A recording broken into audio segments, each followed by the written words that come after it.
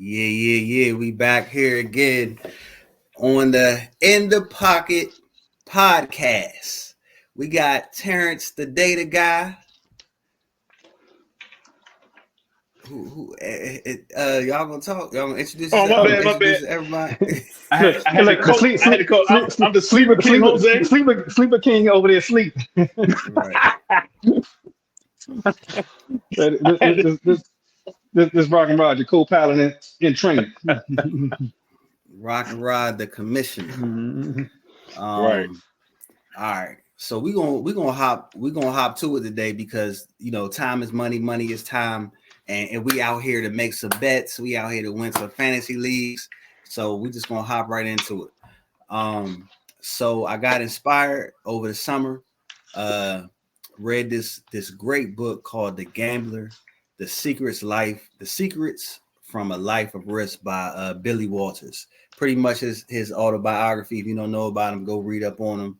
Famous gambler out in Vegas, but he made a lot of money off just betting on everything. The guy bet on everything.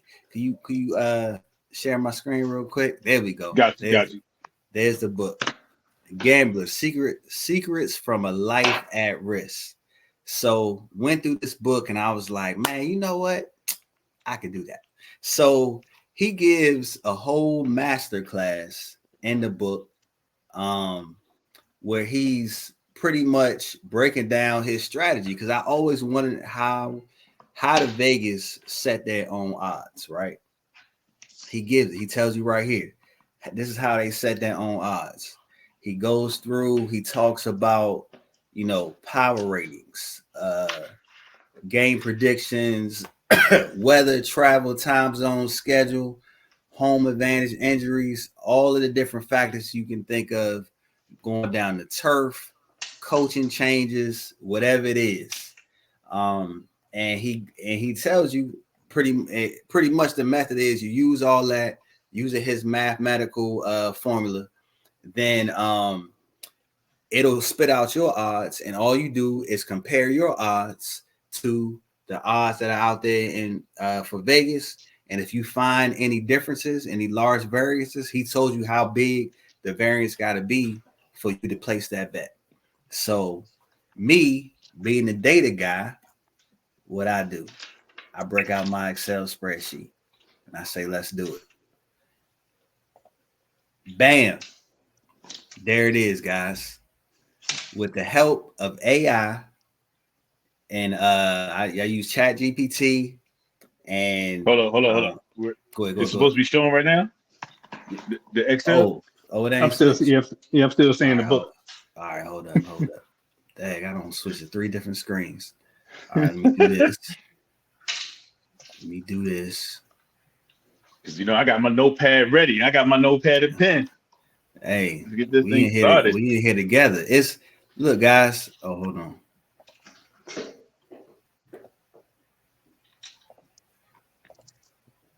All right, there it is. Okay. There we go. So, man, y'all ain't even see my other screen. This is what I was showing y'all right here. So this is clips from the book. Some of the factors he looks at: turf.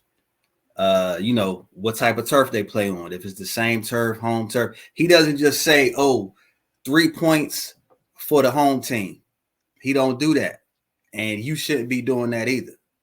So he says, is the turf different? How far do they got to travel? They coming off a Thursday night, bye week. And not only how far they got to travel, but what cities they got to travel to. Is the city similar climate as theirs? All the way down to the degrees, the time zones. Then he goes into coaching changes. Man, Sleeper King know all the coaches. You got a wealth of knowledge right here. Player movements, importance of the game. So I take all that and I put it into my model, right? Ooh, I you see, I got 1,000 tabs on this model. This sound like Jeff Mobb right here. Bet the process at 21. What's that the blackjack move?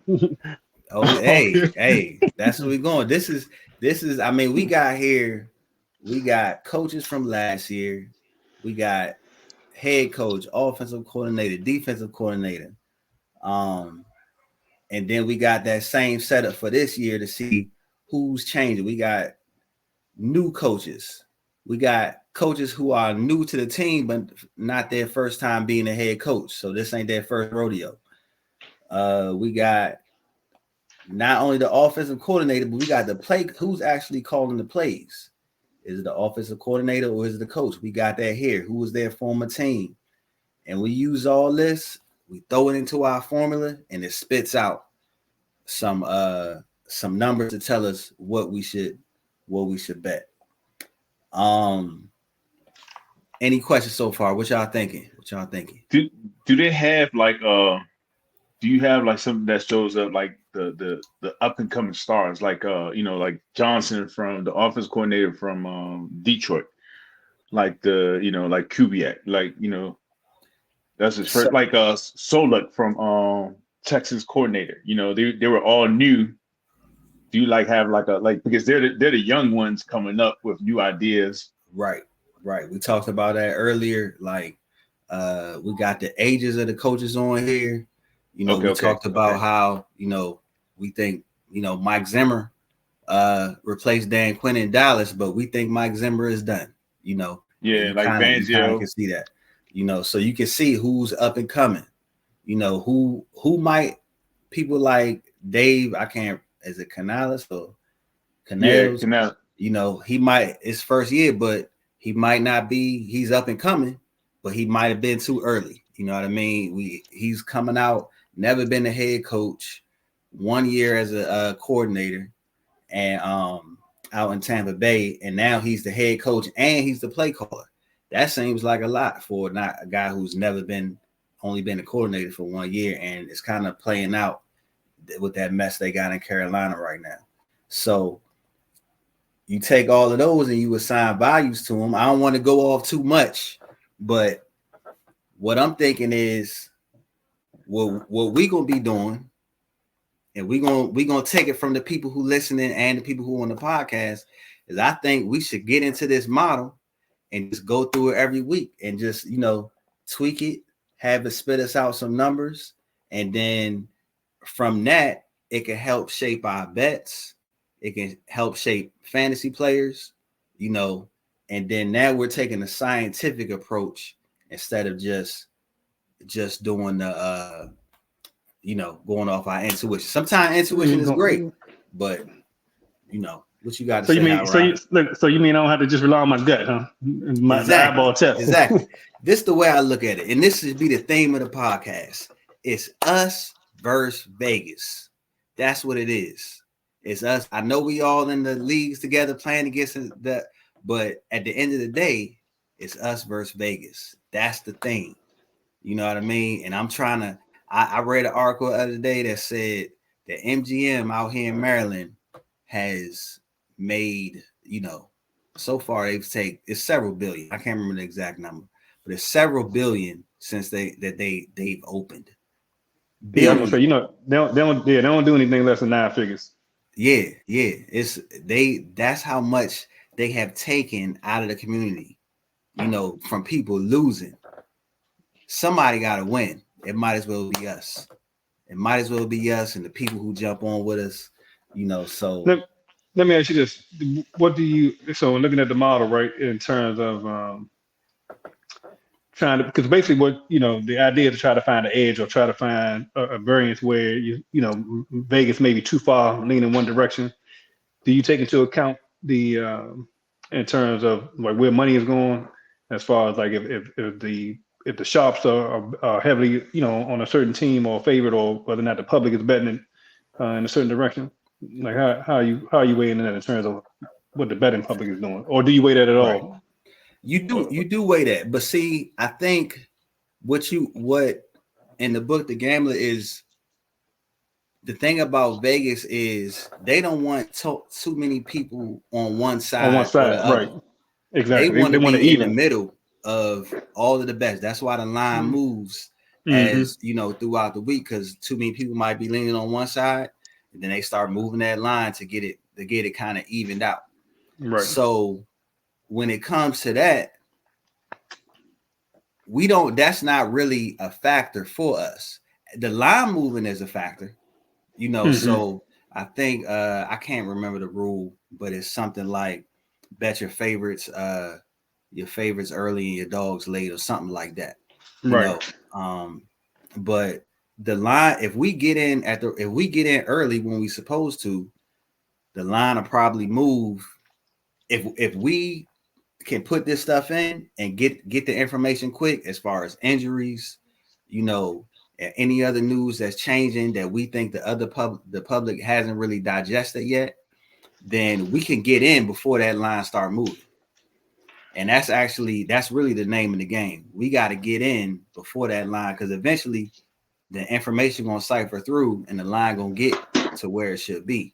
But that's neither here nor there right now.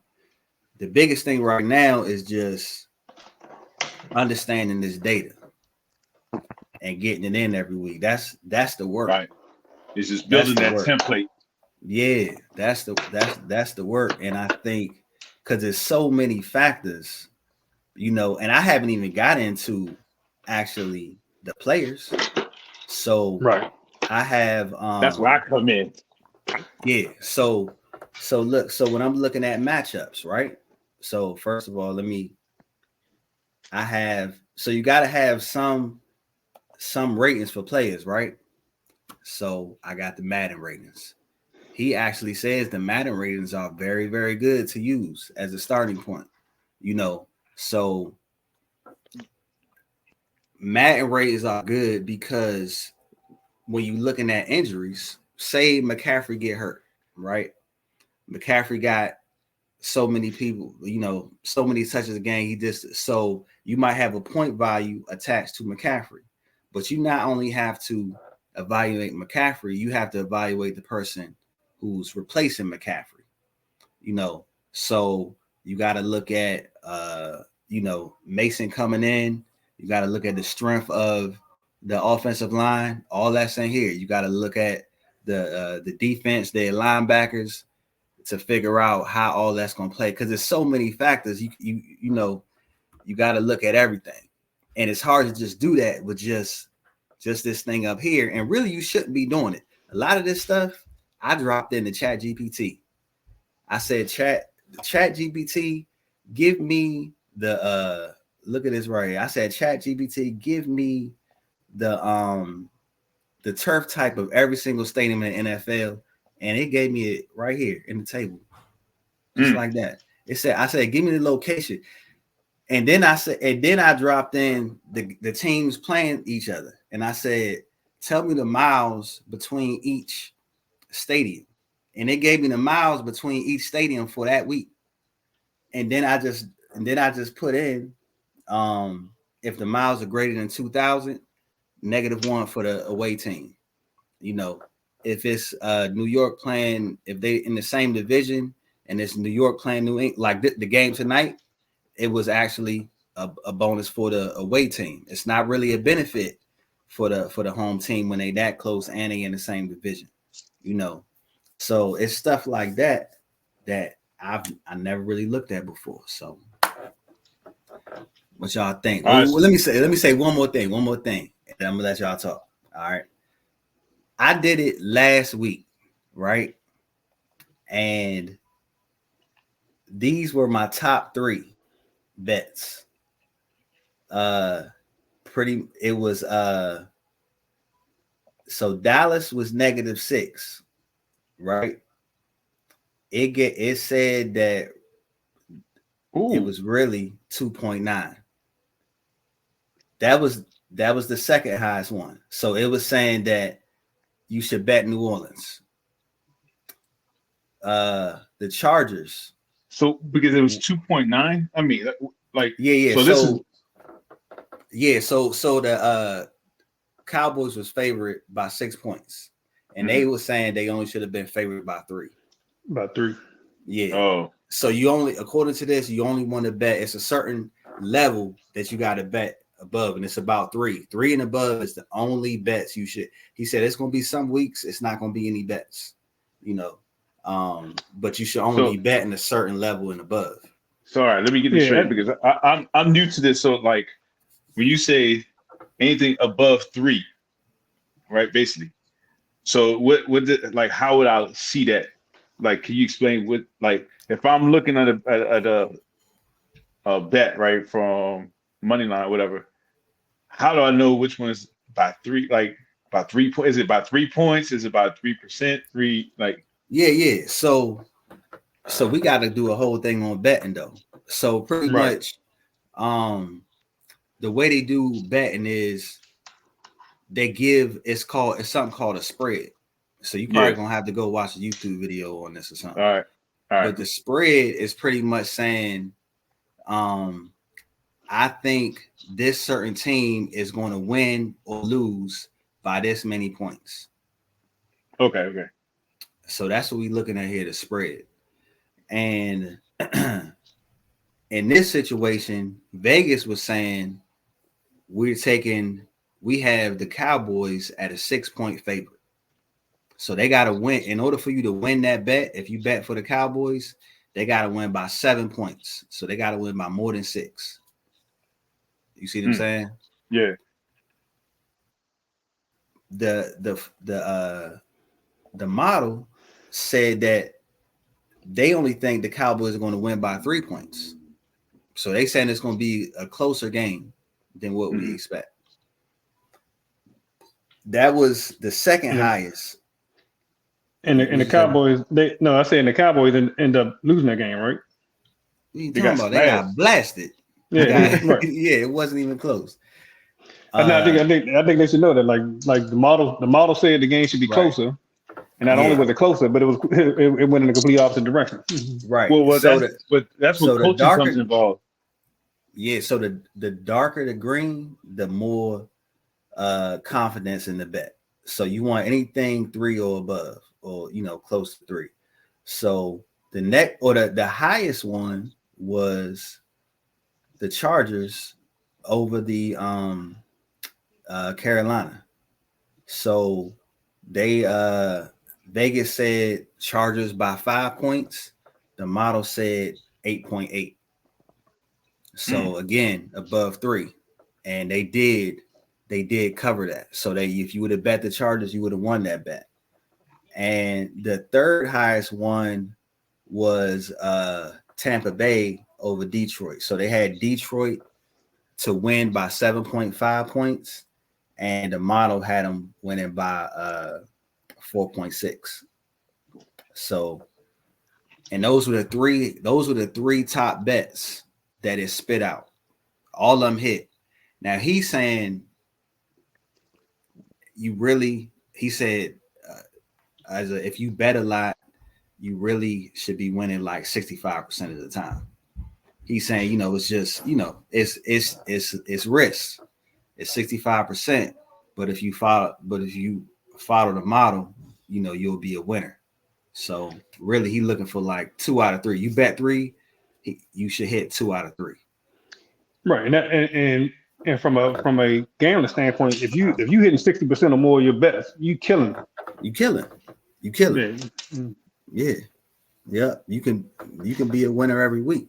But of course it ain't. But it might now like this week it was 3 out of 3. Next week it might be 1 out of 3. That's still an average of, what you should be. If you're doing it consistently, you should be 2. So yeah. You know what I mean? I think that's important, right? Because the when just like an athlete, bettors go on streaks, right? But I think the ones who are most successful is that they never deter from that system. So it's not like you start chasing, like you have a bad week, you don't change things up trying to write, chase after your losses or make it for your loss. You keep the system going until you even it out, until you get back even again. Yeah, if you believe in your system, it's gonna come through. Right. Yeah. And you gotta really you stick to the system, but you can tweak your adjustments.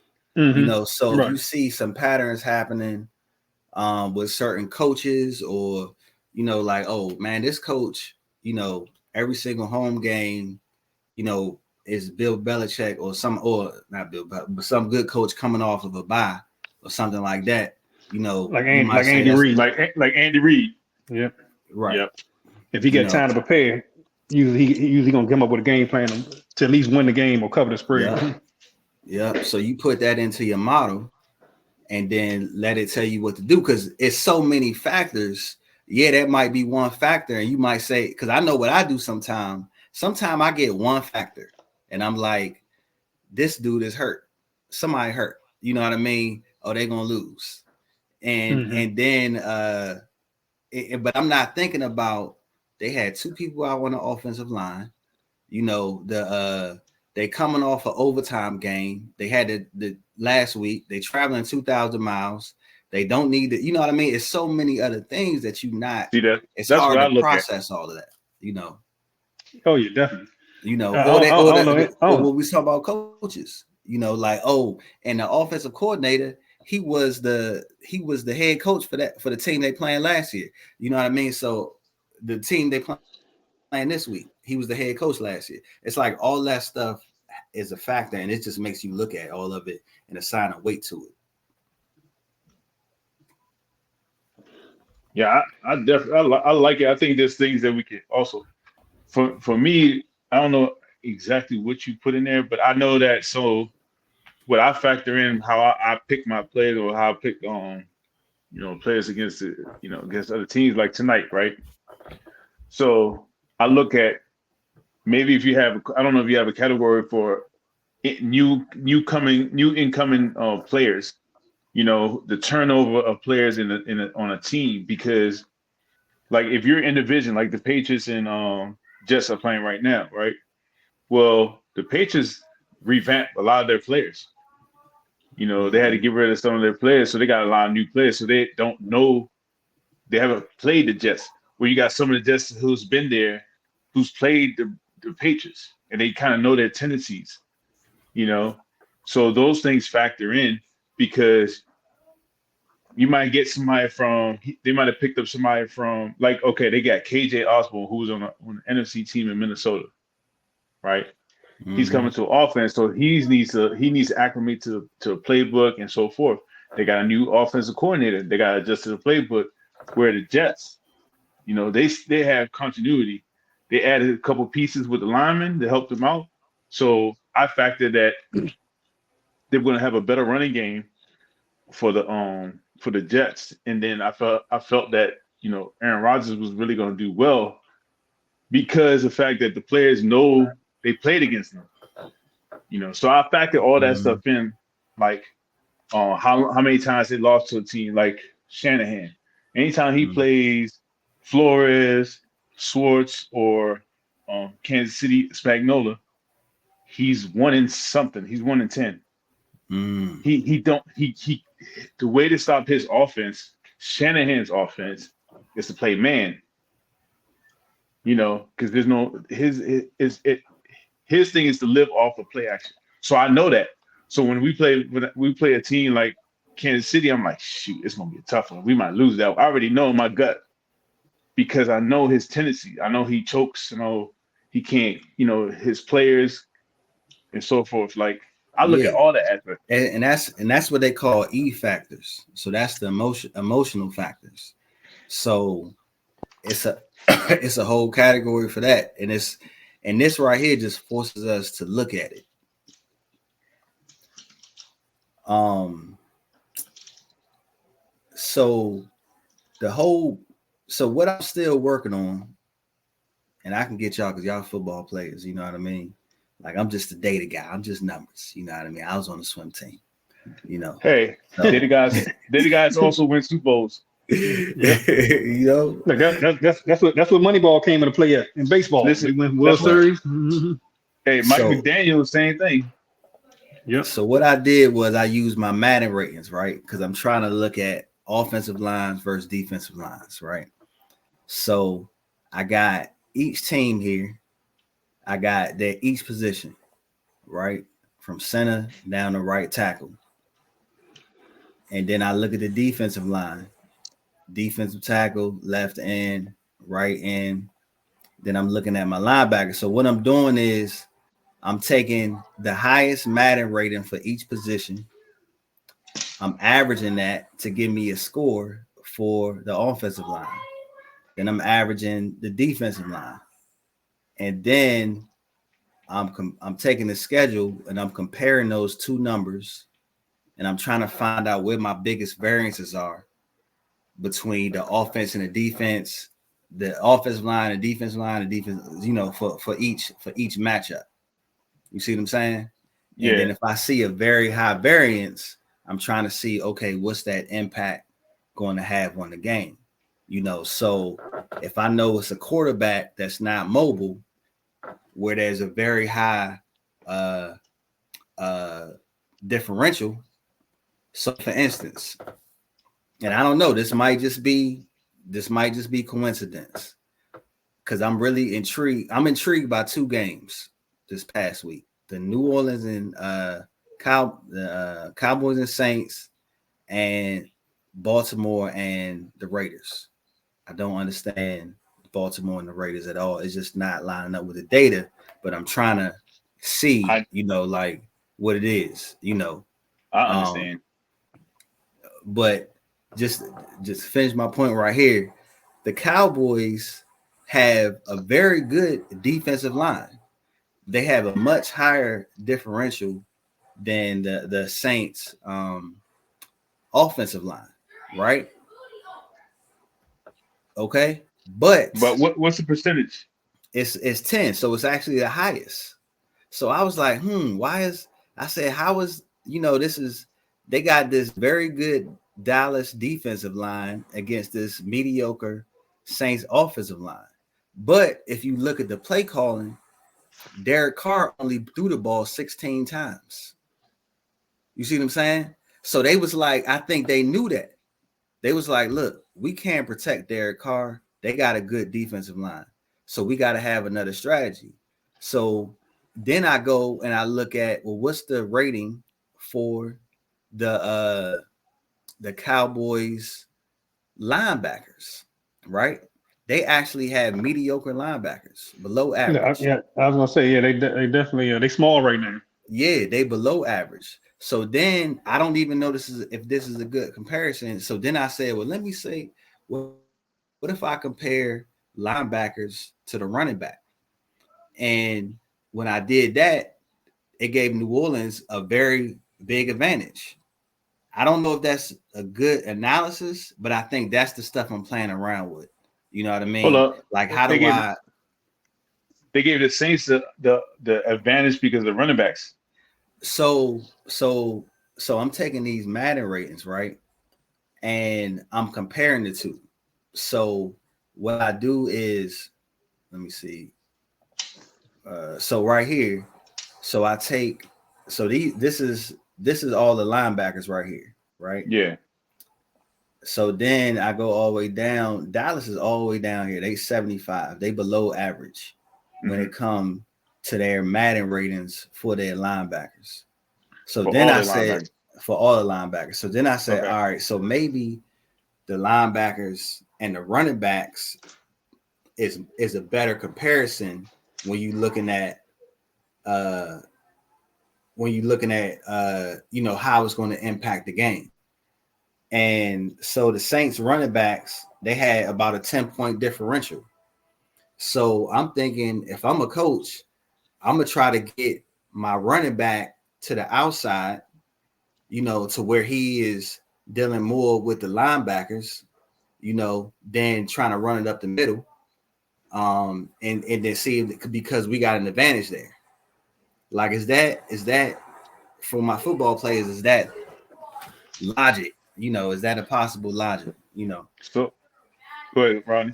No, I was gonna say, I think one of the things, I think it will come into play heavier just based on the coaching tendencies, right? If you know that the coaches, like to run, because some people are stubborn, right? Like if you look at a Bill Belichick, he would take advantage of something like that, regardless of what his offense was. You know what I mean, or what their primary mode of offense was. If he felt like he needed to run the ball, 80 times in a game for 60 plays, straight plays, he would do that. But Right? if he felt like he had an advantage there, though, if he had an advantage, exactly. And so if you get those type of coaches, I definitely think that will come into play there. so competent coaches. Yeah, Yeah. I think So that's what we was talking about earlier. Was the dude Kubiak is coming from San Francisco? Is the new offensive coordinator and play caller for the Saints. So, you know what I mean? That's definitely an upgrade. So and they, go ahead. I got no, something go to say after that. Go ahead. Okay. So I get where you and maybe this is where I can help out with. So all right, Cowboys might have a 10 D line, right? But if you look at San Francisco O line, right? San Francisco O line is not really that good, but they're always able to move people around in the running game because it's how they work together in the scheme. They're athletic. Their percentage might not be high, but it's one star on that team, on that line, and everybody else is mediocre. Mm-hmm. And the thing is, they scheme. So the same coordinator was on the team that beat Dallas 2 years in a row with a better D line than the offensive line. Their linebackers were weak, so they're I can't even say it, but they're focused on like they fall for the play action quick, right? So now when they fall for the play action quick, now you're able to have more time to throw those passes. So the running back bumps up an extra like 2%. So it's like, okay, if you're playing Madden and you did some drills, they give you points, right? They give you points and you start like if I was at 89% agility and I did my little skill test before the game, my agility goes up to 92 for that game. It's almost the same thing. San Francisco running backs get higher because of their offensive scheme. Right. So that's the coaching factor. That's a coaching factor. That also goes down to lineman coaching factor. Mm-hmm. The position of coaching factor also affects that. But what I think you could add to this is somehow, some way, if we can figure out, maybe you put in chat GPT, is that what is the tendencies of all the defensive coaches and all the offensive coordinators? Because they probably will pull it up. I already got that. Because that will tell you on third down, that's what they do. Oh, okay. See, they don't give me that. They just say they break it out. But they'll say like 52% run, something like that, something pass. Yeah, no. Expect, that's a summary. People has tendencies. Like Shanahan always starts off. 90% of the time he always starts off with a run all the time. Like he starts it off. When he passes, it breaks his tendency. But everybody knows that he does it. It's coming. They know it's coming. It's just they don't know where it's coming from. On third down, they always pass for some reason. So if you know those, that would help also into factor in like the way that the point system. If you understand how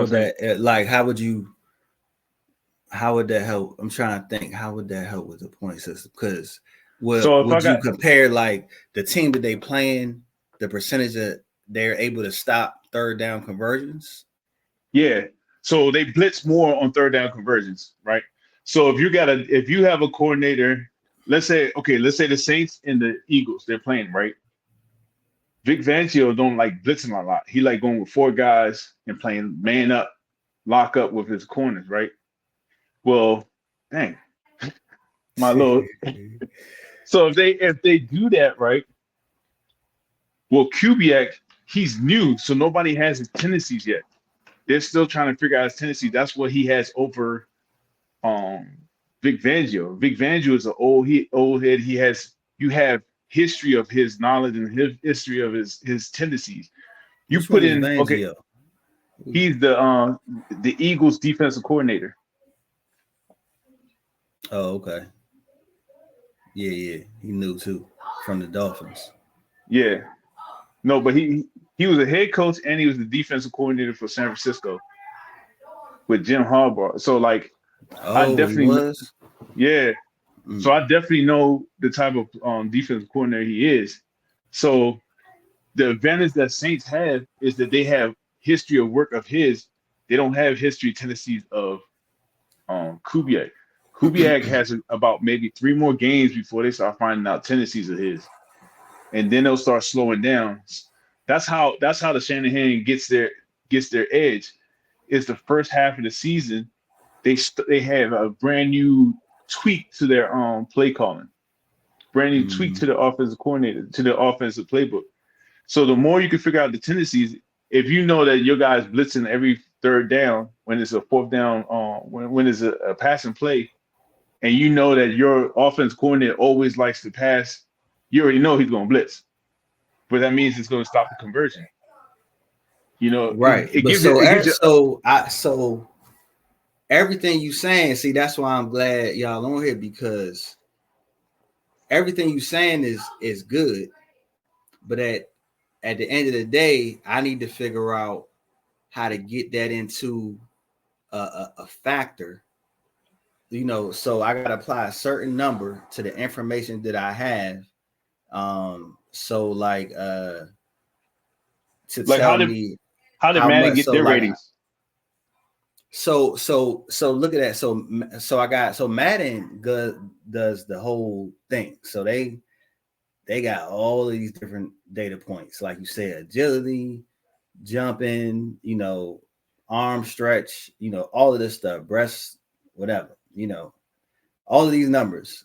I don't look at all this stuff. They even look at all this long stride, short stride for every single player. It's kind of crazy.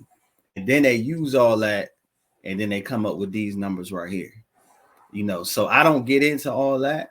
I just, maybe I will at some point, but I already got a whole bunch of data as it is now. So right now, I'm just using these, and then I group them. So I'm saying my passing people, QBs, tight ends, my O-line, I group them. My wide receivers, I group them. I'm still working on getting. I'm gonna try to help you with that. Yeah, that's what I'm saying. That's why we on here. So I Because group all that, and then mm-hmm. I roll it up into this over here, and I can just see it. So and then once I got all the positions for that group, I take the highest Madden rating for each group, because I'm assuming that highest Madden rating is probably the starter. So that's when injuries come into play. So every week when I get my injuries, so I got all my injuries right here, I gotta go and change my Madden number. So if somebody hurt, I gotta take them out.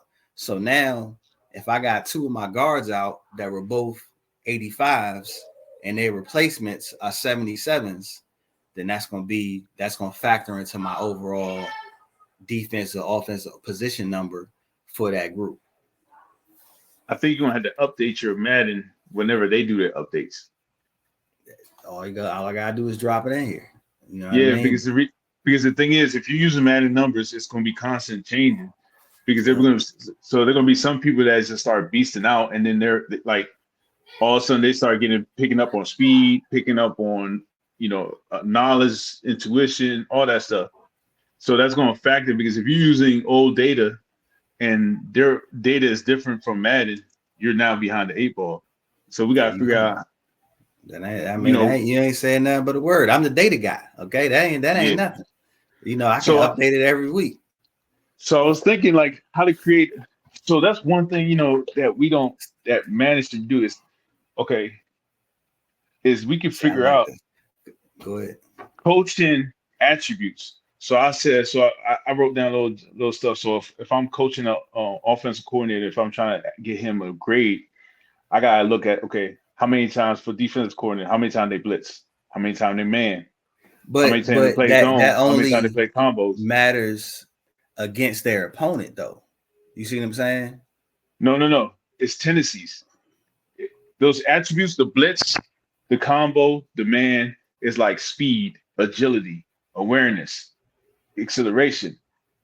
It's their makeup. Because Right. you can't tell a coordinator if he's running fast. I mean, you don't really need to know if he's running fast, but you need to know how many times he blitzed. Because at the same time as a But still, coordinator, I mean, but my thing is, you got to know how that impacts the team that they're playing. So if this team blitzes a lot, everybody knows. I mean, that's never going to change throughout the year if that's his tendency, right? So, but if he's playing up so against a offense that's the number one offensive line in the league, is that blitzing really going to be a factor? But if he's playing against the worst offensive line in the league, then maybe it will be more of a factor. so let me give you an example, right? So if just give me so out of all the years you've been watching football, or just last year watching football, right?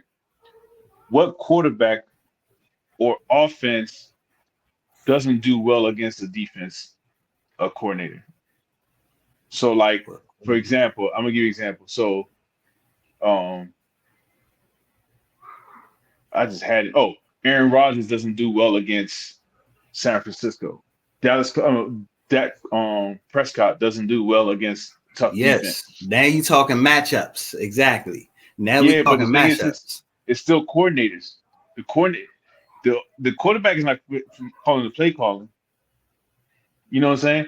If the quarterback like if the coordinator likes to say he likes to throw against blitzing packages, you got to know who you got to know the tendency of the coordinator. Mm-hmm. It will. I think it does factor because that's I what, know like, it definitely factors, but I'm just saying it's definitely a factor. But I'm or just the saying head we got to coaches. do it. We got to do it against the matchup. So okay, right now you have next week's numbers. Let's pull up Nah, the nah. Saints. Let's put the Saints in and Eagles against each other. Like looking at your numbers of All all right, right. Ron. Looking at your numbers for line. Let's go position to position. Like how you have it set up, and you don't have All to right. sort. You don't have to sort anything. Just read out the numbers and I'll write it down. So okay, I got Is Saints. you still good? You want to do this right now? I know you said you had a hard cutoff. No, I'm good. I'm good. I'll do it at 10. I cut off at 10. All right, so we got Saints, and then we got Eagles. And the only reason why I say that is because right now the Saints are hot. People don't know that, but they like if you ever look at their running lanes, like there's two teams that I've seen running lanes been ridiculous. One, Atlanta. Two, Saints. Like their lanes just be crazy. And then Chargers, of course, I already know about the Chargers.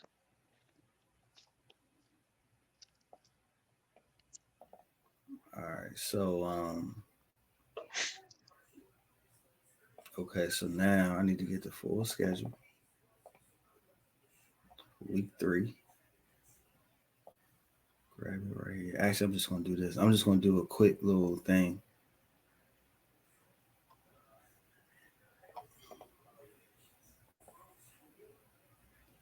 Um, and then we're gonna do the matchups. Like, do you know who's the top leading rusher? I mean, the top team rushing right now? Who? Green Bay. What? I know what you're talking Right behind them is Chargers. Right behind them is Saints, about. I know what you're Arizona, New England, and then Washington. Mm.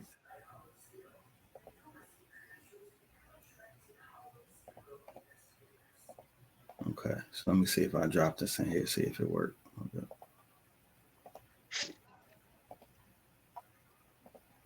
Okay, I'm gonna put lineman against. You put lineman, D lineman against quarterback. Or O-line? I'm so this right here is just D line. This is just D line versus O line for each team. So right here, so the Giants are looking very bad against the Browns. The Patriots are looking bad against the Jets. And oh wow, the Ravens are looking bad against the Cowboys because the Cowboys got one of the best offensive lines according to this. So this is just so that's what's jumping out the biggest. No, just the Eagles. Just the Eagles. Oh, look at this! Look at this! This is big. So the just the Eagles and Saints. So the Eagles and Saints are really even, actually. All right, so Saints O line is what? Saints O line. Because I'm writing it down. Is 81.6. 81.6. Okay, and their D line, Saints D line. The Saints. I'm sorry. The Saints D line is 81.7. Okay. The Saints O line is 78.4, but that's the same team, so you're not comparing those two. 78.4. Okay. What about the Eagles D line? So the Eagles D line is 81.6, and I'm sorry, their O line is 81.6, and their D line is 81. So those are not significant numbers. Okay. So let's go linebackers now. Okay, linebackers. So, hold on, I have that.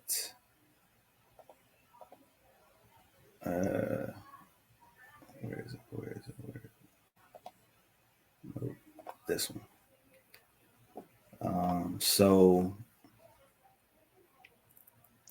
Saints O-line.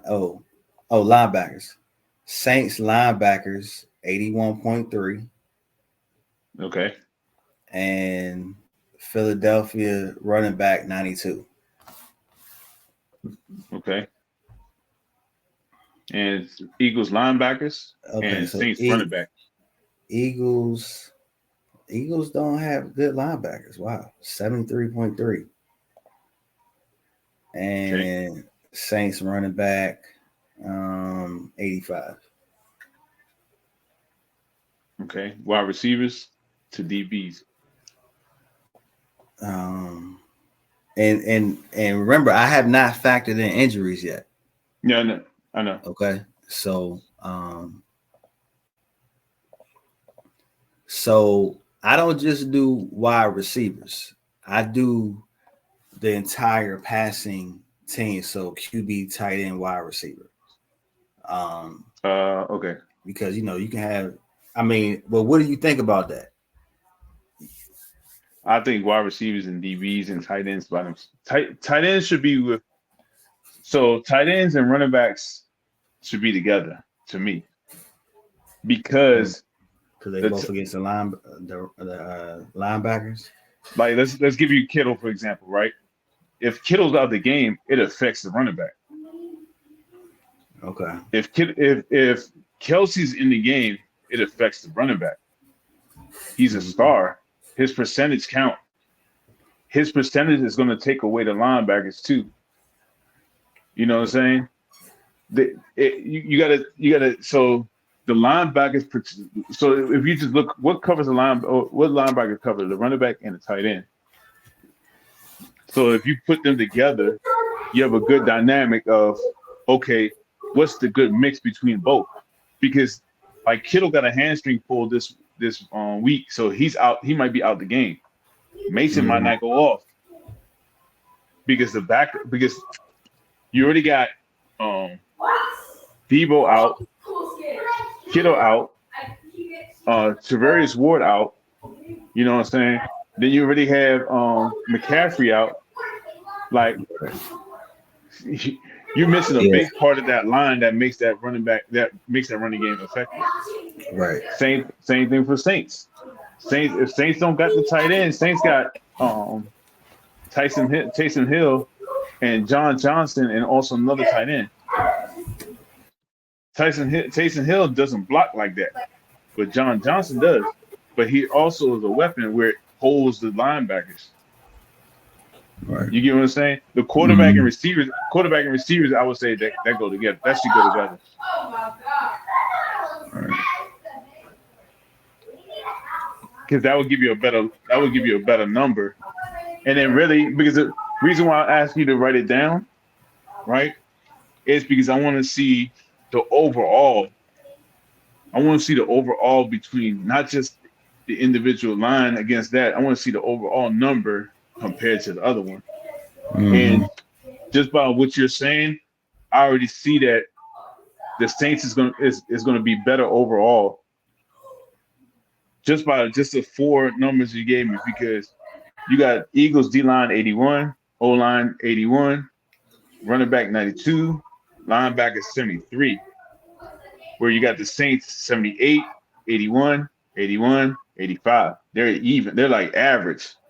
Now, just from that part, it looked like maybe the Eagles have the advantage off of just that part, because I got to do the math on that. 81, 81, 92. You know, but you get what I'm saying? Yeah. Nah, I'm with you. But all right, let's get go ahead and wrap it up, man. We should probably hop back on though. Yeah. You know, when the next time? Yeah, I think it's good. We'll talk about it after, but and I hope everybody out there learned something. We're gonna keep trying to build this process. I hope that you stay and watch and come see, subscribe when y'all can, and hopefully we get y'all winners after we finish the big blueprint and the template of it. All right, we out. All right.